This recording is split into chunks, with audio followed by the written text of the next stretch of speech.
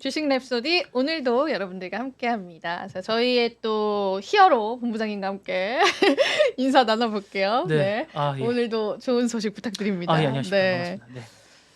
오늘 또 어떤 이야기들 충격 할까요? 또 사건이요. 네. 충격이죠. 네. 주말에 사건 사고가 많았습니다. 독일에서도 뭐 이제 여기는 아, 못 가지 않는데 독일에 그 자동차 사고가 큰 사고가 하나 있었습니다. 그러니까 그 약간 그분 정신 세계를 좀 조사해 봐야겠는데 사고가 하나 있어서 사망 사고가 있었는데 광장을 돌진하는 사고가 있었는데 가지고 오진 않았습니다. 그 사고가 너무 충격적이어서 내일 좀 자세한 내용을 전체 정리를 해서 한번 가져올까 하는데 되게 충격적인 사고였습니다. 자동차를 이제 광장을 돌진해서 많은 사람이 다치고 죽은 사고가 하나 있었습니다. 그 사건을 정리를 하나 가져올까 합니다. 그러니까 주말을 되게 떠들썩하게 했던 사고가 하나 있었습니다. 광장을 이제 자동차가 돌진해서 많은 분들이 돌아가셨던 사고가 하나 있었는데 그 사고가 하나 있었고요. 오늘은 지금 바로 나온 좀 전에 몇 시간 전에 나왔던 사고인데 뉴욕 지하철에 잠자던 승객에게 한 여성이 이제 불에 타서 사망하는 충격적인 사고가 하나 있었습니다. 용의자는 현장에 도주했지만 이제 그분을 이제 잡았습니다. 그래서 이제 뉴욕 코니 아일랜드 에비뉴얼에 이제 정차 중인 열차 안에서 화재가 발생했는데 지금은 이제 요거를 발표하는 뉴욕 경찰 이제 발표하는 상가입니다. 한 남성이 맞은편에 있는 여성에게 성냥을 던져서 불을 붙여서 이제 사망했던 사고입니다. 이제 긴급 출동해서 화재를 진압했지만 결국 여성은 사망했습니다. 그래서 용의자를 이제 즉석에서 이제 CCTV를 찍어서 1만 달러 보상금을 걸어 수배를 나섰고요. 다행히 이제 특정했습니다. 세바스찬 자베타라는 분이었고 분이라는 말이 맞을지 모르겠지만 이 사람은 이제 했고 예전에 이제 미국 뉴욕 멕시코 국경에서 구금된 이력이 있는 인물이었습니다. 조금 이따 나올 겁니다. 시민의 제보로 맨하탄 34번가 열차 안에 다시 잡았습니다. 잡았고 방화에서 술병으로 사용했고 이 술병이 이제 휘발유로 이제 추정되는 이걸 해서 요 사람입니다. 요 사람이었고요. 네, 요 술을 사람이 드신 예, 거셨던 그걸로 거예요? 추정이 됩니다. 그래서 여성에게 휘발유를 같은 인화 물질을 뿌리고 이제 불을 붙인 걸로 추정이 됩니다. 그래서 이제 여성은 즉석에서 사망했습니다. 그래서 이렇게 해서 이제 사망을 했고 왜 그랬는지 아직까지 원인은 밝혀지지 않고 있습니다. 일단 추가 조사를 하고 있고 범행 동기는 밝혀지는 대로 여부를 하는데 사실 되게 끔찍한 사고였습니다. 그래서 계속 이렇게 지금 미국에서 충격적인 사고가 계속 일어나고 있는데 사실 근데 이게 미국이 좀 뭐라 그럴까요? 좀 이렇게 계속 이렇게 충격적인 사고가 있습니다. 다행히 우리나라는 이런 사고는 지금 없긴 한데 예전에 어쨌든 좀 어떤 분이 이제 대구 지하철 사고 같은 것도 좀 있었습니다. 옛날에 이런 안 좋은 사고는 있긴 했었는데 뉴욕은 이런 사고가 많이 있습니다. 예, 많이 이런 게 있는데 사실은 이제 이런 사고가 있어서 이제 한번 경종을 울리는 차원에서 이제 한번 제가 한번 알려드렸습니다. 이렇게 있는 사고가 있어서 여기 있어서 이제 좀 사고가 있어서 한번 전해드렸습니다. 네. 네. 저도 이거 간밤에 이제 뉴스 보고 이게 가능한 일인가 싶을 정도로 좀 잘 믿기진 않았는데 네네네네. 어떻게 좀 안타깝습니다. 네네 맞습니다. 이게 사실은 이런 사고가 제가 볼 때는 좀 뉴욕이 지하철이 되게 잘 발달돼 있어요. 뉴욕이 되게 비쌉니다. 그래서 뉴욕이 지하철이 잘 발달돼 있고 생각보다 안전합니다. 안전한데 사실은 이제 이런 부분들이 많고 저렴합니다. 뉴욕이 물가가 되게 비싼데 지하철이 되게 안전하고 저렴하고 깨끗한데 이제 뉴욕이 좀 이게 맨하탄 쪽은 괜찮은데 맨하탄을 좀 벗어나시면 근데 지하철이 위험하다면서요? 네. 은근히. 그러니까 이게 위험한 지역이 있습니다. 그러니까 이게 그래요? 이게 맨하탄을 벗어나면 이제 이렇게 콜롬비아 대학 위쪽 가시 말아야 될 지역이 몇 군데가 있습니다. 네. 되게 뉴욕을 가시면 그래요? 퀸즈 약간 벗어난 지역이나 이렇게 위쪽 지역이 좀 있습니다. 그러니까 이게 가지 말아야 될 지역이 좀 있습니다. 약간 그거를 이제 좀 아시면 됩니다. 조심해야겠다. 네, 그러니까 맨하탄 지역을 좀 벗어나서 북부 쪽에 이제 약간 지역이 몇 군데 있습니다. 그러니까 그런 지역을 지하철 타실 때 조금 조심해서 타시면 됩니다. 그 지하철 안에 그런 범죄가 발생한다는 게 좀 예, 놀라워요. 요거는 약간 한국인 의외입니다. 입장에서. 약간 요거는 그래요? 의외입니다. 그건 좀 그런 흔하지 경우가 않은. 특히 드뭅니다. 네. 그러니까 거의 없는데 이런 경우가 좀 드문데 이렇게 인화성 물질을 들고 탈 수가 없는데 좀 저는 약간 의외거든요. 이런 경우가 거의 없거든요. 되게 이 경찰도 중간에 있고 그래서 쉽지가 않은데 제가 볼 때 이게 좀 뉴욕에서 쉽지가 않은 일인데 뉴욕이 줄리아니 시장이 한번 그때 하고 나서 범죄와의 전쟁을 선언하고 나서 우리나라가 범죄와의 전쟁이 이제 줄리아니 시장이라고 예전에 있었어요. 인기 있었던 블룸버그 그때 그 했던 분이 이제 줄리아니 시장이 됐었는데 그분이 범죄와의 전쟁을 하고 나서 뉴욕이 되게 깨끗해졌어요. 그러고 나서 이제 공화당 쪽이었는데 그분이 시장이 되고 나서 되게 깨끗해지고 나서 그 지하철이 되게 좋아졌어요. 그래서 이제 뉴욕이 괜찮아졌어요.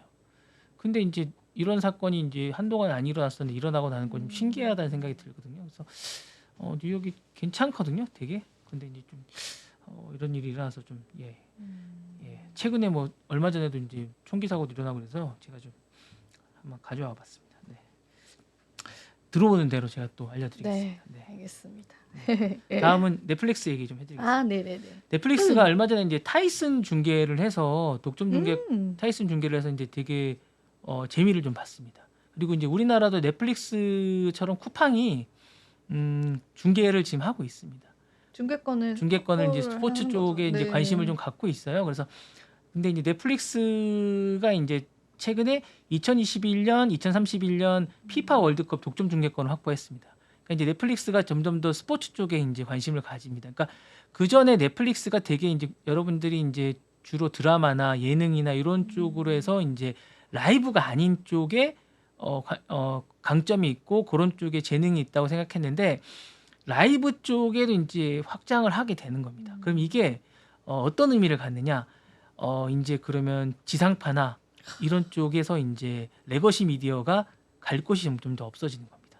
예. 그렇네요. 예, OTT 쪽에서 정말 강점을 가지게 되는 거예요. 그때 이제 쿠팡에서 월드컵 중계했었을 때도 네네. 동시 접속자 수가 제가 알기로는 네네네. 정중파보다 좀 네네네. 많이 나왔다고 알고 있거든요. 네. 그렇게 선점을 할 네, 수가 그러니까 있어요. 이게 만약에 된다 그러면 전 세계적으로 영향력이 어떻게 파급이 될지 모르겠고 그리고 이 영향력으로 인해서 어떤 변화가 있을지 저는 예측 불가라고 생각이 듭니다. 그러니까 넷플릭스가 이 이후에 어떤 영향력으로 어떻게 변화를 줄지 저는 어떻게 변화가 올지 잘 모르겠습니다. 그러니까 그 레거시 미디어가 그렇게 전통적으로 하던 그런 식의 소비 문화와 이 이후에 어떻게 소비가 될지 잘 모르겠습니다. 그러니까 그냥 전통적으로 축구 중계를 하고 그다음에 뭐 골 장면을 보여주고 이렇게 하는 것들이 보여질지 그리고 이제 뭐 그동안 소비되던 물건들이 소비되는 그렇게 될지 그리고 어떤 스타가 나올지 이런 것들이 그동안 나오던 거와는 다르게 소비될 것 같은 생각이 드는 거예요. 저는 예 그리고 이제 저는 여자 축구도 상당히 이제 여자 축구인데 여기 이제 여자 축구 월드컵 축구 선수들입니다. 그러니까 이렇게 저는 생각보다 여자 축구들이 더 인기가 있을 것 같은 생각이 드는 거예요. 예. 그동안 이제 인기가 없었던 이 여자 축구 선수들이 생각보다 인기가 있을 것 같은 생각이 드는 겁니다. 네. 네. 여러분 모르시잖아요. 여자 축구 선수가 누구인지 저도 잘 모르거든요. 그분들 중에서도 이제 스타가 나올 수 예, 있는 저는 거죠? 나올 것 같은 그죠? 거예요. 네. 인기가 훨씬 더 있을 것 같고 이분들이 예능으로 진출하거나 드라마로 진출하거나 정말로 스타가 되는 분들이 되게 많이 있을 것 같은 생각이 드는 겁니다. 제가 볼 때는. 예, 저는 그런 생각이 듭니다. 예. 저는 그런 생각이 들면서 이 분야에 정말로 저는 많은 효과가 있을 것 같은 생각이 듭니다. 저는 예. 그러면서 이제 효과가 있을 것 같고 많은 효과가 있을 것 같습니다. 그래서 일단은 개체지가 안 정해졌는데 일단 미국이 유치해 나를 이렇게 넷플릭스가 하면서 유치해 나설 가능성이 높다고 합니다. 그래서 일단 엄청나게 많은 비용을 했고 일단은 이게 그 영어권에서 뭔가를 하게 될 것 같고 이게 또 중요한 게 뭐냐면 여자 축구는 중국에서 또 인기가 있었습니다. 예, 중국이 정말 강합니다. 잘하죠. 예, 강하니까 이게 영화하고 중화권에서 인기가 좋기 때문에 원래 이제 축구가 중국에서 인기가 좋은데 중국어권에서 이제 잘 못하기 때문에 그런데 이 여자 축구가 중국에서 인기가 좋거든요. 잘하거든요. 그럼 이게 여자 축구가 사실은 넷플릭스 많이 하잖아요. 그럼 제가 볼 때 이거 인기 엄청 좋습니다. 엄청 시청률 높을 겁니다. 예. 그리고 이제 지금 타이슨 복싱 중계가 그때 동접이 제가 그때 뭐 1,200만 명인가 그렇게 되게 많이 봤다고 얘기를 해요. 엄청나게 많이 본 거예요. 그렇게 됐는데 이제 NFL이 크리스마스 경기를 향후 3년간 독점 중계를 한다고 합니다. 이제 이 풋볼 경기인데 이제 미국에서는 엄청나게 이제 대단한 경기고 코카콜라가 이제 중계를 앞에서 그 펩시나 코카콜라가 이제 CF를 할 정도로 되게 유명한 건 NFL이 이제 그런 경기를 하는데 독점 중계를 또 한다고 합니다. 그러니까 이제 넷플릭스가 요거를 만약에 해서 성공적으로 만약에 한다고 하면 이제 우리나라나 이제 향후에 이제 스포츠 올림픽이나 이런 것들이 넷플릭스로 다 갈 가능성이 있고 레거시 미디어들이 이제 이렇게 될 가능성도 있습니다. 그러니까 우리도 이제 만약에 저희도 이제 만약에 지금 하는 이런 경제 방송이나 이런 것들도 앞으로 이렇게 될 가능성이 상당히 높은 거죠. 그러니까 이것도 이제 이렇게 해야 될 가능성이 상당히 높을 가능성이 높습니다. 제가 볼 때. 그 예를 들면 어떻게 진행이 돼야 됩니까? 저희 경제 방송도. 지금 이제 우리가 하는 이렇게 유튜브 방송이나 이런 식의 뭔가를 라이브 유튜브 그러니까 라이브. 소통 형식으로 뭔가를 많이 하는 방식으로 돼야 되지 않겠냐는 생각이 드는 거죠. 기본적으로 실시간으로 빠르게 뭔가를 전달해 드려야 될 것 같고 소통 형식으로 뭔가를 바로바로 체크를 해서 줘야 될 것 같은 생각이 드는 거죠. 그러면 이제 실시간 그 접속자 수가 저희도 많아야겠네요. 그렇죠. 동접이 많아야 될 것 같고 기본적으로 궁금해하는 것들을 차트를 보면서 설명을 해둬야 될 것 같은 거죠. 지금처럼 그냥 일방적으로 강의식으로 해서는 안 될 것 같아요. 그렇죠. 예, 그렇게 해야 될 것 같은 생각이 듭니다. 네. 그게 또 좋아하세요 시청자분들이. 네네네. 그런 실시간으로 게 중요할 차트 것 같습니다. 분석이나 뭐 그리고 이제 진짜로 알고 싶어하는 걸 계속 해드려야 될 것 같아요. 만약에 뭐 코인이 계속 다 관심이 있고 그러니까 정말로 돈을 벌게 해드리고 그거를 해드려야 될 것 같은 거예요. 네, 정말로 뭐 만약에 어디를 뭐 입학을 하고 싶다 하시면 어디 입학하는 방법을 알려드려야 될 거고 만약에 뭘 배우고 싶어 하시면 그걸 배우게 해드려야 될 것 같은 생각이 드는 거죠. 네, 네, 그래야 될 것 같습니다. 네. 이게 지금 다음은 트럼프 얘기를 좀 하겠습니다. 네. 이게 트럼프가 지금 머스크를 관련해서 지금 민주당이 공격을 하고 있어요. 공동 정권이 아니냐, 머스크하고 트럼프가 공동 정권이 아니냐고 지금 얘기를 하고 있는데 제가 이 음성을 그대로 따왔거든요. 그래서 이제 이게 지금 트럼프가 그거에 관해서 지금 최근에 이제 보이스 USA라고 이제 그 보수 쪽 이런 모임이 이런 쇼가 좀 있었어요. 모임 이렇게 지지자들을 모아서 이렇게 하는 모임이 좀 있었어요. 최근에 그 모임에 가서 애리조나 피닉스에서 보수단체 터닝 포인트 USA라는 그런 어떤 주최 행사가 있었어요. 거기 가서 연설회가 있었어요. 거기서 많은 이야기를 했습니다. 그래서 오늘 그 얘기를 좀 해드릴까 합니다. 그 중에 이슈가 됐던 몇 가지 이야기가 있습니다. 그때 트럼프가 머스크는 대통령이 될 수 없고 나는 양보할 생각이 없다. 근데 그건 당연한 거 아닙니까? 근데 이제 너무 머스크 생각이 너무 많이 반영이 되니까 지금 네, 머스크 대통령 하나다. 태양은 하나다라는 얘기를 분명히 했어요. 지금 태양은 하나다. 태양이 둘일 수 없다. 같은 하늘 아래 네, 태양은 하나다라는 거 분명히 얘기했습니다. 그러니까 분명하게 얘기를 했습니다. 태양은 하나다. 머스크가 있더라도 태양은 하나니까 얘기하지 마라 이렇게 얘기를 했습니다. 그리고 머스크가 이게 제가 이제 그 대통령 법을 잘 모르겠는데 미국에서 대통령이 되려면 미국에 태어나야 되나 봐요. 네. 그러니까 이민자이거나 네, 그런 시민권을 획득하면 안 되나요? 뭐 아니지 않나요? 그런 것 같습니다. 그래서 여기서는 뭐 이제 본인이 그는 대통령이 될 수 없다. 그는 미국에 태어나지 않았기 때문이라고 얘기를 하는 거 보니까 조사를 해봐야겠지만 뭐 그렇게 얘기를 하더라고요. 요 멘트가 그렇습니다. 맨 앞에 멘트가. 근데 이거가 이제 좀 흥미로운 게 이렇게 돼서 둘이 사이가 틀어지거나 그러지는 않으려나요?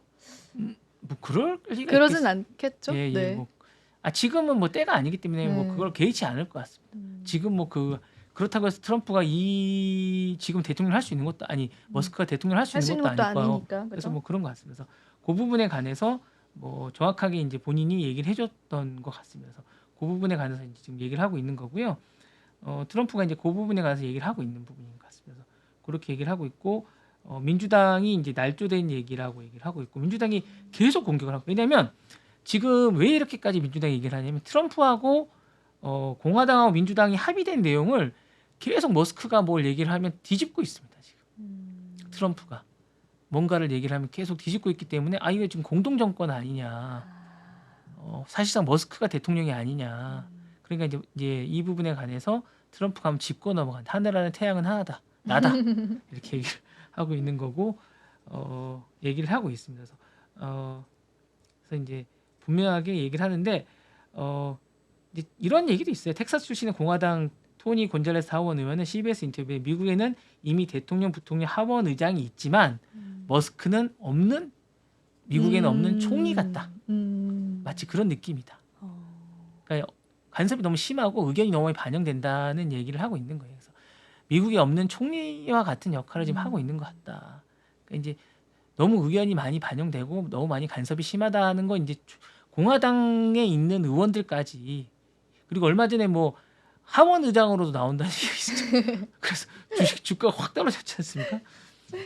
그러니까 이게 이런 식으로 뭐 이게 그냥 나온 얘기는 아닐 거예요. 그게 이제 제가 볼 때 그런 얘기도 있는 것 같습니다. 그래서 이제 그런 얘기도 있는 것 같고요. 이제 좀 그런 얘기가 있는 것 같습니다. 네. 예. 잠깐 그런 얘기가 있는 것 같습니다. 네. 그래서 이제 제가 볼 때는 이제 그런 얘기가 있는 것 같고요. 전반적인 얘기는 그런 얘기가 있는 것 같습니다. 다음은 이제 파나마 운하에 관한 얘기를 좀 해드릴까 합니다. 트럼프가 파나마 운하에 관해서 압박을 가하고 있습니다. 그러니까 이제 지금 이제 이슈가 트럼프는 미국의 이익이 되거나 돈이 되는 얘기는 다 하고 있습니다. 원래 그러시잖아요. 이제 최근 네. 여기서도 또 그 얘기를 했습니다. 그래서 파나마 운하에 또 지금 한번 이렇게 딱 꽂혔습니다. 그래서 파나마 운하랑 이제 지금 얘기를 하고 있는데 잠깐 보여드리겠습니다. 이게 이제 파나마 운하인데 여기가 여러분 보시면 이제 이 그림을 보시는 게 이해가 좋아서 이 파나마 운하입니다. 그래서 이제 이 행사에서 다 한 얘기입니다. 그래서 수수료가 너무 불공평하고 너무 싸다. 그리고 이제 이게 사실 기부에 가깝다라고 얘기를 하고 이거 사실 우리가 돈 받아야 되고 돌려받겠다. 받을 수 있는 방법은 없습니다. 이 파나마 대통령이거든요. 파나마 대통령이 발끈했습니다. 네. 호세 라울 물리노 대통령이 소셜미디어 X에서 4분 30초간 연설문을 게재했습니다. 이거 우리 건데 1m도 양보할 수 1cm, 1mm도 양보할 수 없다고 얘기했습니다. 그래서 이제 그러면서 뭐 갈취를 끝내지 않고 뭐 우리는 할 수 없다.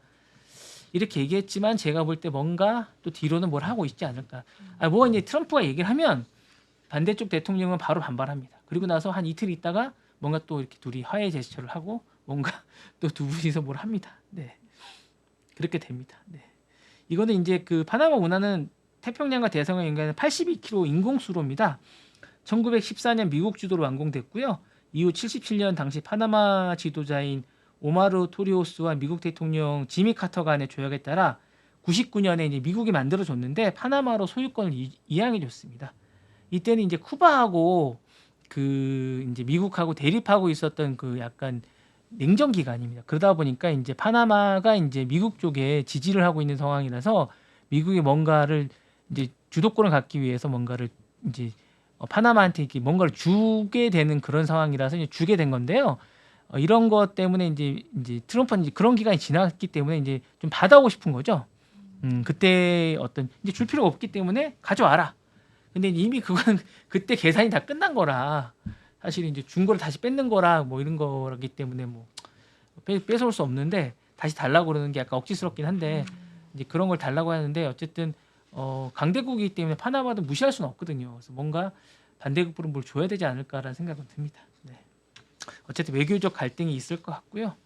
자, 다음 얘기는 다음 이거 틱톡 얘기인데요. 틱톡 얘기 잠깐 좀 보시면 될 것 같습니다.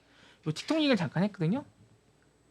이 틱톡 얘기인데 아까 똑같은 행사장에서 틱톡 얘기도 했습니다. 다음 얘기 보시면 이제 저는 이 시진핑 이건 이 얘기는 안 했는데 저는 이게 약간 시진핑 선물 때문인 것 같아요. 이 틱톡 얘기가 왜냐하면 틱톡에 대해서 본인은 마음속에 틱톡에 대해서 따뜻한 감정을 갖고 있다고 얘기를 하고 있어요. 사실 그때 이제 말씀하셨다시피 취임 전날 이게 이제 결정이 나잖아요. 네. 근데 이제 안에서 생각하는 많은 분들은 이게 이제 퇴출될 가능성이 되게 높다고 보거나 아니면 해체될 가능성이 높다고 봐요. 그리고 이 서버를 지금 오라클 쪽에서 이제 쓰고 있어요. 미국 내 서버라서 사실상 퇴출이 거의 기정사실화되고 있습니다. 미국 내에서는.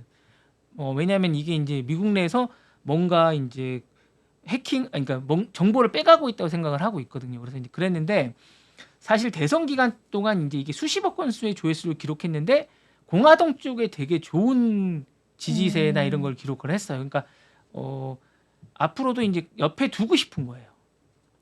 그리고 이제 기본적으로 시진핑과의 관계 개선이나 이런 걸 할 때 뭔가 선물을 주고 싶은 거예요.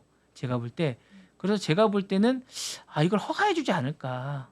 아니면 최소한 이거를 결정하는 걸 좀 연기하지 않을까라는 생각이 듭니다. 네. 그럴 수 있겠네요. 네. 그래서 이제 제가 볼 때 이걸 하게 되면 제가 볼 때 메타나 이 주식이 좀 떨어지지 않을까 생각이 좀 들거든요. 주식하시는 분 잠깐 좀 파시는 게 낫지 않을까라는 생각이 듭니다. 제가 볼 때. 네, 좀 그런 생각이 드니까 조금 기다리셔야 되지 않을까라는 생각이 들고요.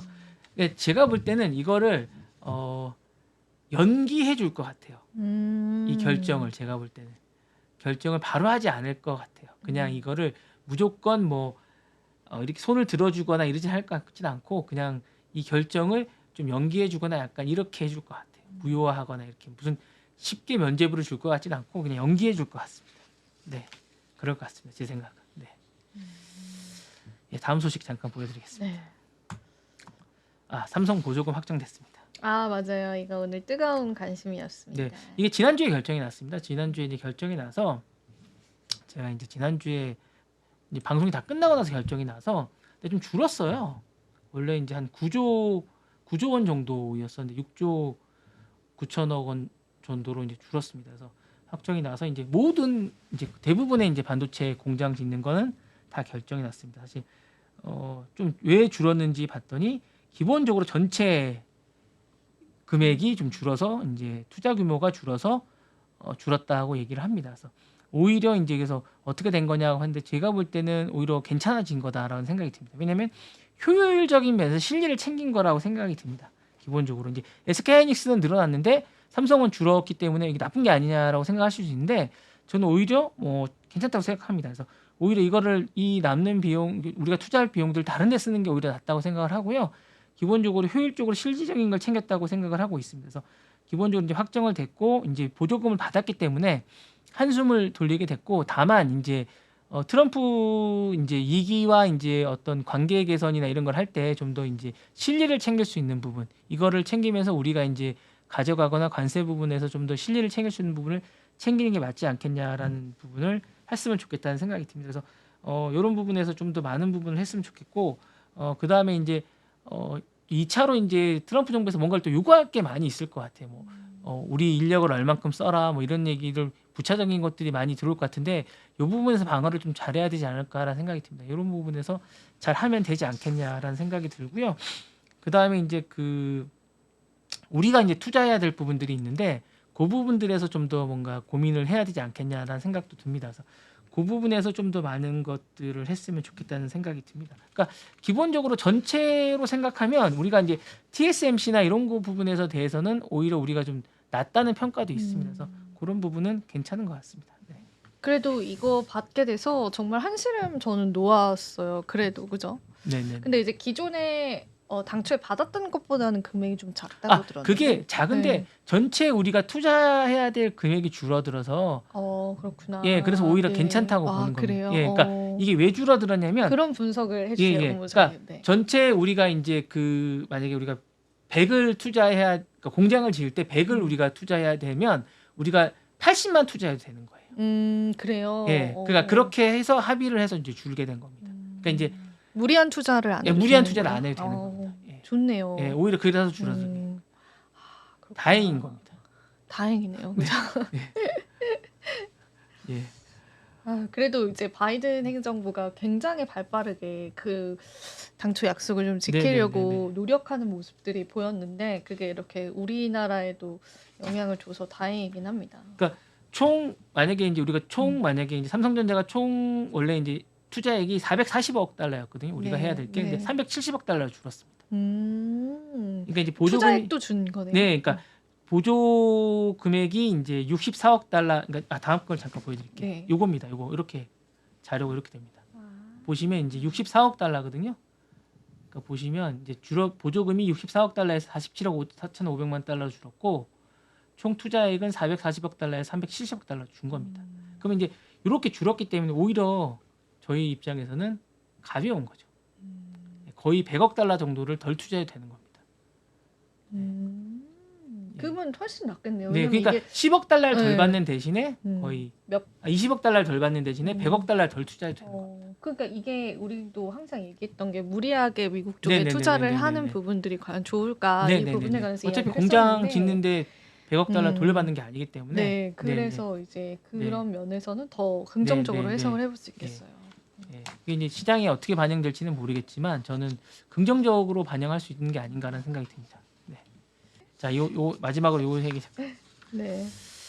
TSMC 전쟁이 아직 끝나지 않았습니다. 소프고라고 여러분 아실 텐데 이거 블랙리스트에 올라갔습니다.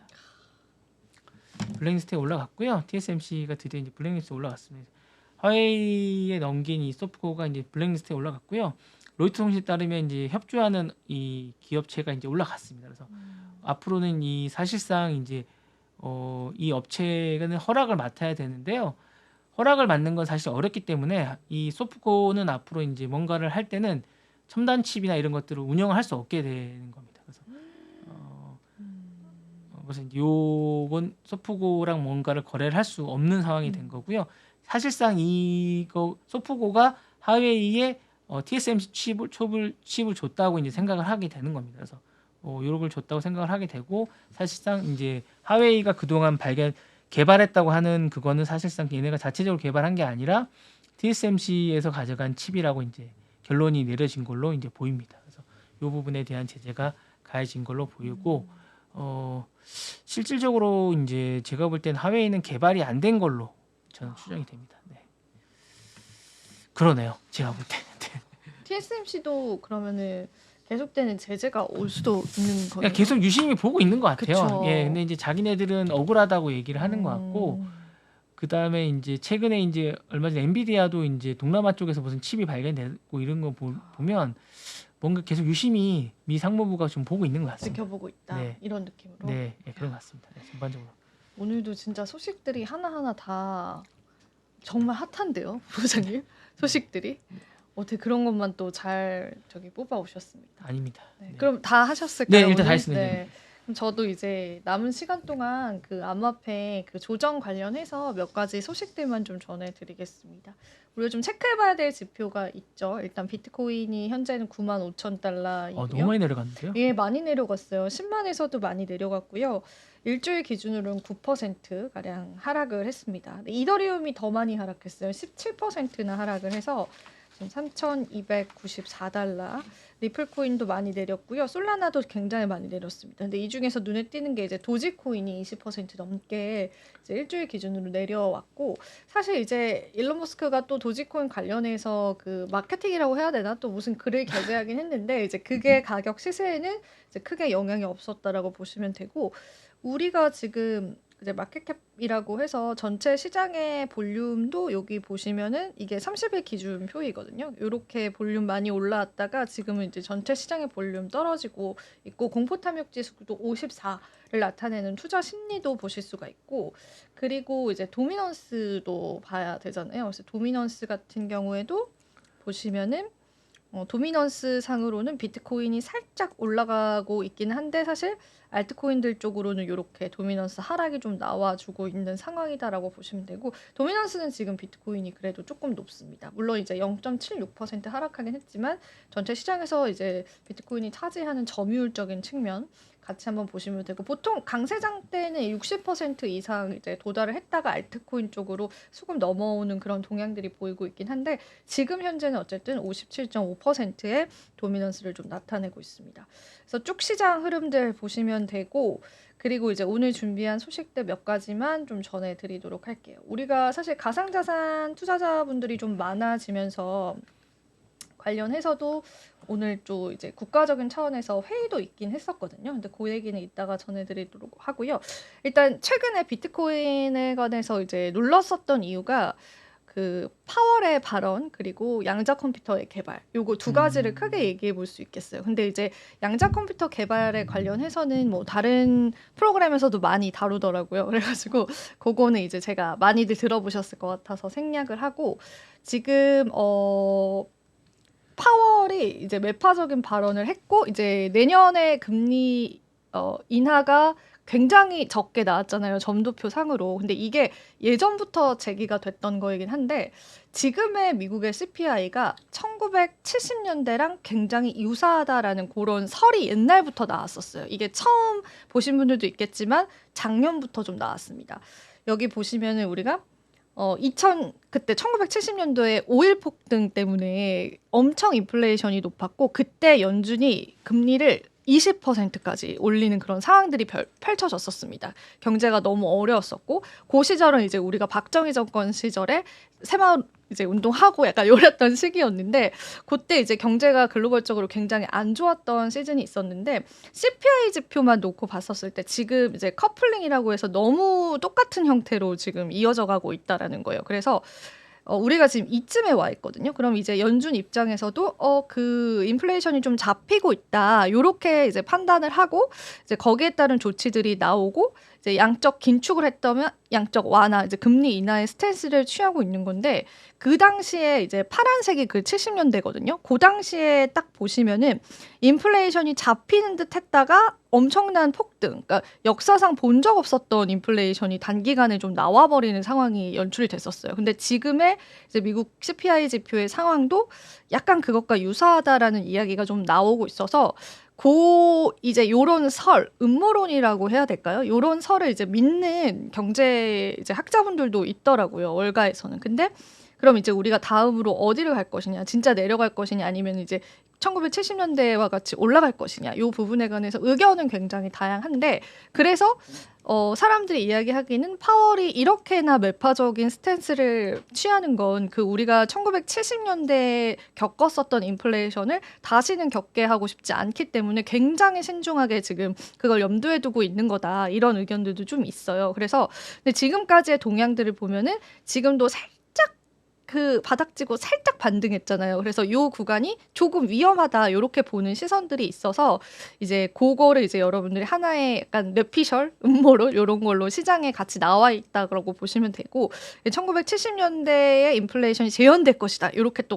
겁을 주는 그런 이제 전문가분들도 시장에 있더라고요. 그래서 그런 부분들이 전반적으로 약간의 이제 금융시장을 누르는 원인이 되지 않았을까 싶고 번외로 오늘 이제 국내 증시는 굉장히 좋았지만 이제 암호화폐 커뮤니티에서는 이제 요런 이야기들이 같이 좀 나오고 있습니다. 같이 체크를 해보시고 그리고 이제 금융위에서 내년부터 법인 가상자산 계좌 허용 보도 사실이 좀 나왔는데 이게 사실 무근으로 밝혀졌습니다. 지금 이제 시장에서는 왜 이제 기업들이 코인을 포트폴리오에 넣지 못하느냐 요런 이제 반발의 의견들이 굉장히 많았었는데 이게 약간 설처럼 돌았어요. 왜냐면은 그 회의를 했거든요, 최근에. 근데 뭐 그 회의를 통해서 이런 이야기가 나왔다, 이런 얘기가 나왔는데 실명 계좌 발급이 내년부터 허용된다는 보도에 대해서 아직 확정된 바 없다라고 다시 한번 이제 쐐기를 박았고 요 언론사랑 통화를 하면서 아직 논의 중인 단계다. 그래서 이제 해당 내용은 사실이 아니다라고 했는데 그래도 논의는 하고 있는 것 같아요. 그래서 뭐 이게 솔직히 우리나라의 어떤 이제 보수적인 관점들이 많잖아요, 암호화폐. 그래서 하루빨리 될 것 같지는 않는데 이제 그런 목소리들 좀 시장에 나와 있다라고 보면 되고 가상자산 이제 중요한 거는 ETF 도입 시점이 중요하잖아요. 우리 투자자분들한테는 우리도 이제 가상자산 ETF를 하게 해달라. 나스닥에서는 지금 10가지 묶어가지고 막 그런 상품까지 나왔는데 왜 우리는 안 되냐. 이제 이런 부분 같은 경우에도 설이 있었어요. 가상자산법 개정 이후에 미뤄졌다고 전했지만 금융위 관계자가 사실이 아니다라고 이야기를 했고 중요한 거는 현물 ETF 도입 시점과 관련된 건 논의 자체를 지금 이제 나라 측에서 이런 금융위 측에서는 아예 안 하고 있다. 이제 아예 그냥 도마 위에 올라오지도 않은 거죠. 그래서 그 ETF의 도입 같은 경우에는 누군가가 혹은 어떤 단체가 빠르게 추진하지 않으면 이제 국내에서는 약간 아직은 먼 산 바라보듯이 좀 지켜보시는 게 지금의 관점이지 않을까 싶어서 그거 같이 좀 전해드리고 요번에 업비트 거래가 리플 1조를 팔았다라는 소식들 전해졌습니다. 아무래도 한국 투자자의 가능성이 좀 큰데 12월 19일에서 20일 1조 원어치를 매도한 것으로 이제 나타났고 관련해서 이제 리플 가격도 지금 좀 조정이 나와주고 있거든요. 그래서 XRP 라지그룹이 매도 주문 1조 642억 원어치를 체결했다라고 이제 밝혔어요. 업비트 측에서. 그러니까 워낙 큰 금액이어가지고 요거를 이제 공시했던 것 같아요. 그래서 요 이제 큰 고래들이 지금 이제 리플 매도 한국 시장에서 좀 나오고 있는 시점이다. 그것도 같이 체크를 해보시면 좋을 것 같고 그리고 마이클 세일러 이제 마이크로 스트래티지 회장이 마이크로소프트에 이어서 또 다른 빅테크의 비트코인 매수를 제안한 것으로 좀 나타났습니다. 제프 베조스, 아마존 창립자한테 비트코인 매수라고 이제 X를 통해서 제안을 하셨다고 해요. 그래서 참 비트코인의 그 사랑이 대단한 것 같습니다. 그래서 이제 근데 아마존도 이슈가 있었어요. 미국 싱크탱크인 국립공공정책연구센터는 아마존의 비트코인 채택을 고려할 것을 촉구하는 제안서를 발의를 했습니다. 그러니까 예를 들자면 이게 이제 뭐 그 약간 어떤 단체가 이제 아마존한테 비트코인을 이제 채택을 해라 이렇게 이제 빅테크 기업들한테 지금 이제 그걸 촉구를 한 거죠. 근데 이제 이에 아마존 주주들은 내년 4월 주주총회에서 비트코인을 이제 재무제표에 포함하는 방안을 표결에 붙일 예정으로 이제 알려져 있습니다. 그래서 이게 만약에 될지는 모르겠어요. 최근에 이제 MS도 한번 이렇게 고사를 했기 때문에 그렇게 된다면 이제 아마존 쪽에서 비트코인을 채택을 하게 되면은 또 다른 좀 국면으로서 조금 이제 시장에서의 인식들이 조금 바뀔 수 있는 그런 일정이 이제 4월 달에 회의를 한다고 해요. 그래서 이제 더 그랬나 봐요. 마이클 세일러가 채택하라고. 그래서 요거를 이제 한번 보면 될 것 같고 그 내용 좀 전해드렸고 그리고 이제 최근에 이제 비트코인 전략적 준비 자산 이야기 좀 많이 나눴고 제가 그거 관련해서도 이제 경제톡을 통해서 자세히 설명을 드리기도 했었는데 그 크립토컨트 주기영 대표가 있어요. 이분이 한국 분이신데 그 온체인 지표 회사에 설립을 하셔가지고 나름 이제 암호화폐 커뮤니티 상에서는 이제 굉장히 많이 이분의 의견을 들어주시거든요. 근데 그러니까 많이 긍정적으로 좋은 의견도 많이 내주시고 근데 크립토컨트 대표가 비트코인의 전략적 비축을 통해서 미국 부채를 해결하는 것은 실행 가능한 접근이다라고 했습니다. 실제로 신시아 로미스 의원이 이 부채가 많은 거를 비트코인으로 이제 좀 메꿀 수가 있다. 이런 법안을 지금 발의 중인 상태잖아요. 지난 15년 동안 7,900억 달러가 유입돼서 비트코인 시가총액은 2조 달러에 도달을 했다. 그래서 올해만 해도 3,520억 달러가 유입되면서 1조 달러가 추가로 증가했다라고 전했습니다. 근데 미국 부채 70%는 자국 내 기관 물량이다라고 하면서 죄송합니다. 이를 고려할 때 2050년까지 100만 비트코인을 확보하면 부채의 36%를 상쇄할 수 있다는 시나리오를 좀 내놨습니다. 그리고 외국 기관이 보유한 나머지 30%의 부채는 비트코인을 통한 부채 상환에 반대할 수 있다고 하면서 모든 부채를 비트코인으로 해결하는 것은 아니기 때문에 충분히 실현 가능하다고 표현했습니다. 실제로 지금 발의된 법안에서는 전부 다 이걸 뭐 부채를 갚자라는 게 아니라 일부의 물량만 부채를 어느 정도 그러니까 없애는데 비트코인 도움이 될 수 있다는 약간 현실적인 나름의 그런 법안들이 발의가 됐거든요. 그래서 이게 좀 가능할 것이다. 그런 의견을 크립토컨트의 주기영 대표가 이제 내세웠다라고 그렇게 보시면 되겠어요. 본부장님 또 마지막으로 하실 말씀 따로 없으십니까? 알겠습니다. 네. 네, 저희 오늘 랩소디는 그럼 여기서 인사드려보도록 하고요. 네네. 저희는 또 좋은 소식들로 찾아뵙도록 할게요. 시청해주신 네. 여러분 고맙습니다. 감사합니다.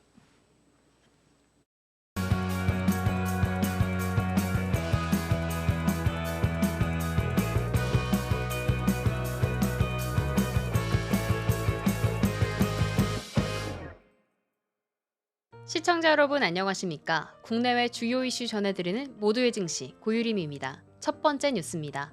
삼성전자의 주가가 반도체 업황 부진, 고환율, 트럼프발 악재 등 복합적 요인으로 하락세를 이어가고 있습니다.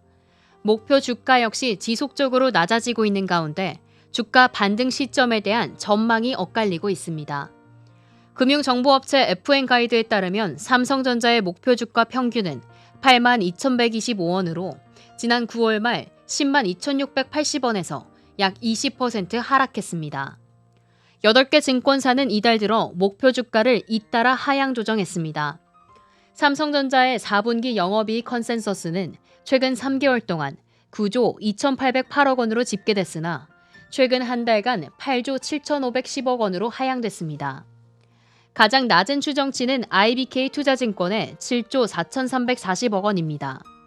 주요 요인으로는 DS 사업부 부진, HBM 등 고부가가치 제품 시장에서의 경쟁 심화, 전통 수요처 부진, 스마트폰, PC 서버 등 주요 메모리 반도체 수요 약세 등을 꼽았습니다.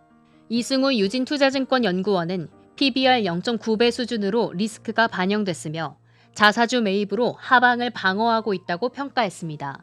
김광진 한화투자증권 연구원은 AI 시장에서 경쟁력이 부족하고 전통 수요처 부진이 심화되고 있다며 반등까지 시간이 필요하다고 내다봤습니다. 김영건 미래에셋증권연구원은 삼성전자 주가에 우려가 과도하게 반영됐다며 현 상황을 저가 매수 기회로 평가했습니다. 삼성전자는 반도체 업황 부진 속에서도 10조 원 규모의 자사주 매입을 발표하며 시장 신뢰를 회복하려 노력하고 있습니다. 그러나 주가 반등 시점에 대한 의견이 엇갈리는 가운데 반도체 업황 회복이 가장 큰 변수로 작용할 전망입니다.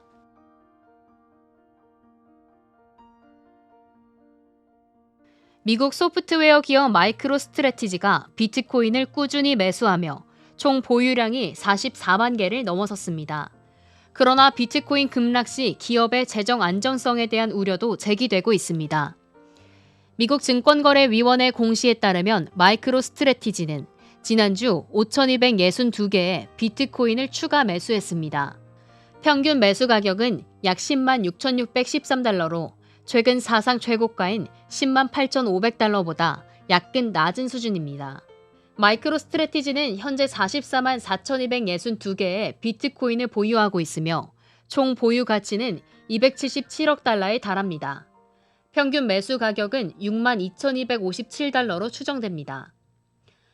인터랙티브 브로커스의 스티브 소스닉은 마이크로스트래티지의 대량 비트코인 보유 전략에 대해 비트코인 가격이 상승하며 큰 이익을 볼 수 있지만 급락할 경우 기업이 큰 위험에 직면할 수 있다고 경고했습니다. 마이크로스트래티지는 비트코인 베팅으로 약 410억 달러의 미실현 이익을 보고 있지만 소프트웨어 사업의 낮은 수익성과 전환 사채로 70억 달러 이상을 조달한 점이 리스크 요인으로 꼽히고 있습니다. 마이크로스트래티지의 공격적인 매수는 비트코인 시장에 강한 신뢰를 보여주는 사례로 평가받고 있습니다. 그러나 일부 전문가들은 이러한 전략이 비트코인 가격 변동성에 지나치게 의존하고 있다는 점을 우려하고 있습니다. 마이크로스트래티지의 대규모 비트코인 매수는 기업의 새로운 성장 전략으로 주목받고 있지만 시장의 변동성과 재정 안정성 사이에서 균형을 잡는 것이 큰 과제로 남아 있습니다.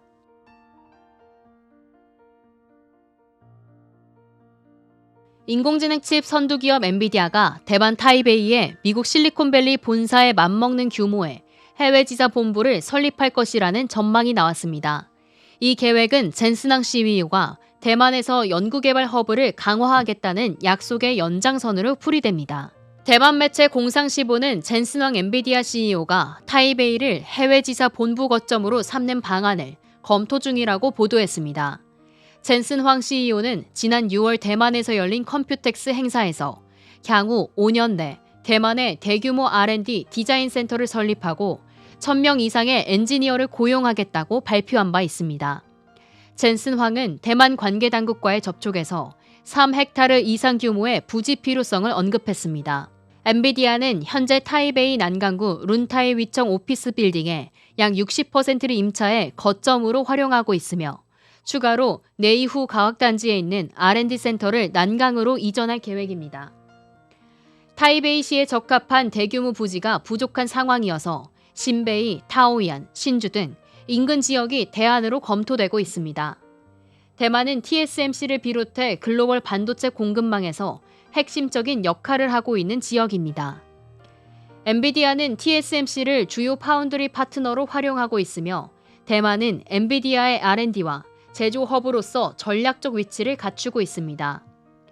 대만 본부 설립은 엔비디아의 글로벌 확장을 가속화하는 계기가 될 전망인 가운데 대만 본부는 AI와 반도체 설계를 위한 중요한 거점으로 자리 잡을 것으로 보입니다. 엔비디아의 대만 본부 설립 계획은 AI와 반도체 시장에서의 입지를 더욱 강화하고 글로벌 연구개발 네트워크를 확대하려는 전략으로 해석됩니다. 이 계획이 대만과 엔비디아의 협력 관계를 어떻게 발전시킬지 주목됩니다.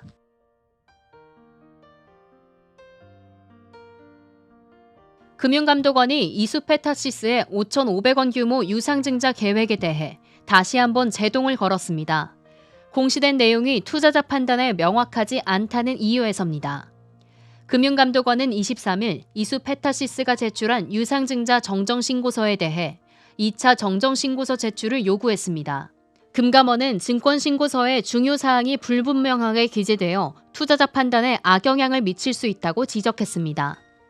금감원 관계자는 지난 2일 1차 정정 요구에 대한 정정신고서를 심사했고 유상증자의 핵심이 특정 회사 인수를 위한 목적이라 인수 의사결정을 하게 된 배경이나 근거, 회사에 어떤 영향이 있을지 충분히 기재하라고 했다. 해당 내용이 투자자 입장에서 투자 판단을 하기에 명확하지 않아 2차 정정 요구를 하게 됐다고 말했습니다. 금감원의 2차 정정 요구로 유상증자 증권 신고서는 효력이 정지되었습니다. 이수페타시스는 3개월 이내 정정 신고서를 제출해야 하며 그렇지 않을 경우 자본시장법에 따라 유상증자 계획은 철회됩니다. 이수페타시스는 지난달 8일 2차 전지 소재 기업 제2호 지분 인수를 위해 5,500억 원 규모의 유상증자를 결정했습니다. 발행 주식수가 기존 발행 주식의 31.8%에 달하는 대규모 유상증자로 증권가에서는 이해하기 어려운 결정이라는 반응이 나왔습니다. 이후 주가는 급락했고 금감원은 1차 정정 요구를 통해 공시 내용을 보완하도록 요청했습니다. 금감원의 2차 정정 요구는 투자자 보호를 위한 조치로 풀이됩니다. 이수페타시스가 이를 어떻게 반영할지 유상증자 계획이 결국 철회될지 귀추가 주목됩니다.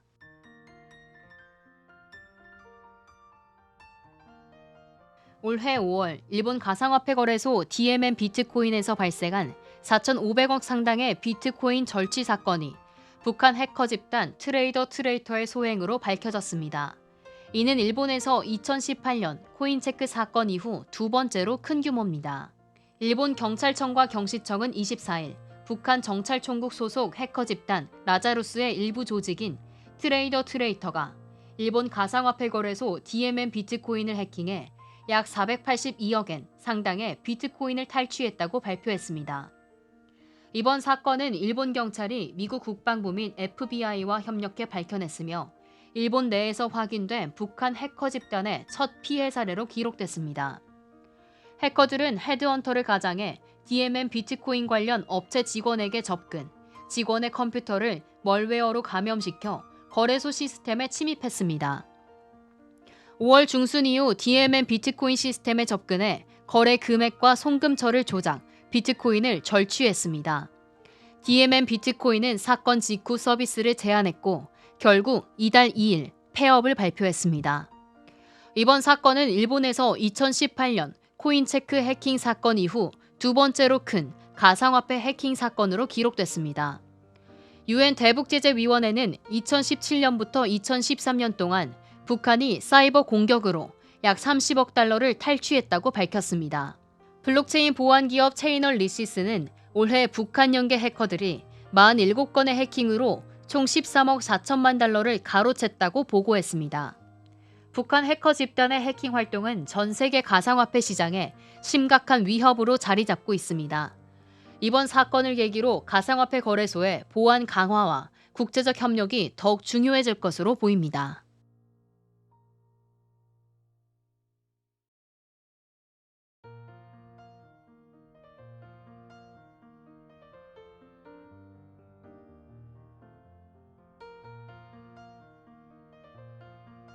이상으로 모두의 증시 뉴스 마칩니다. 본 방송에서 제공해드리는 정보는 투자 판단에 대한 조언일 뿐 해당 자산의 가치와 상승을 보장하지 않습니다. 시청해주신 여러분 고맙습니다.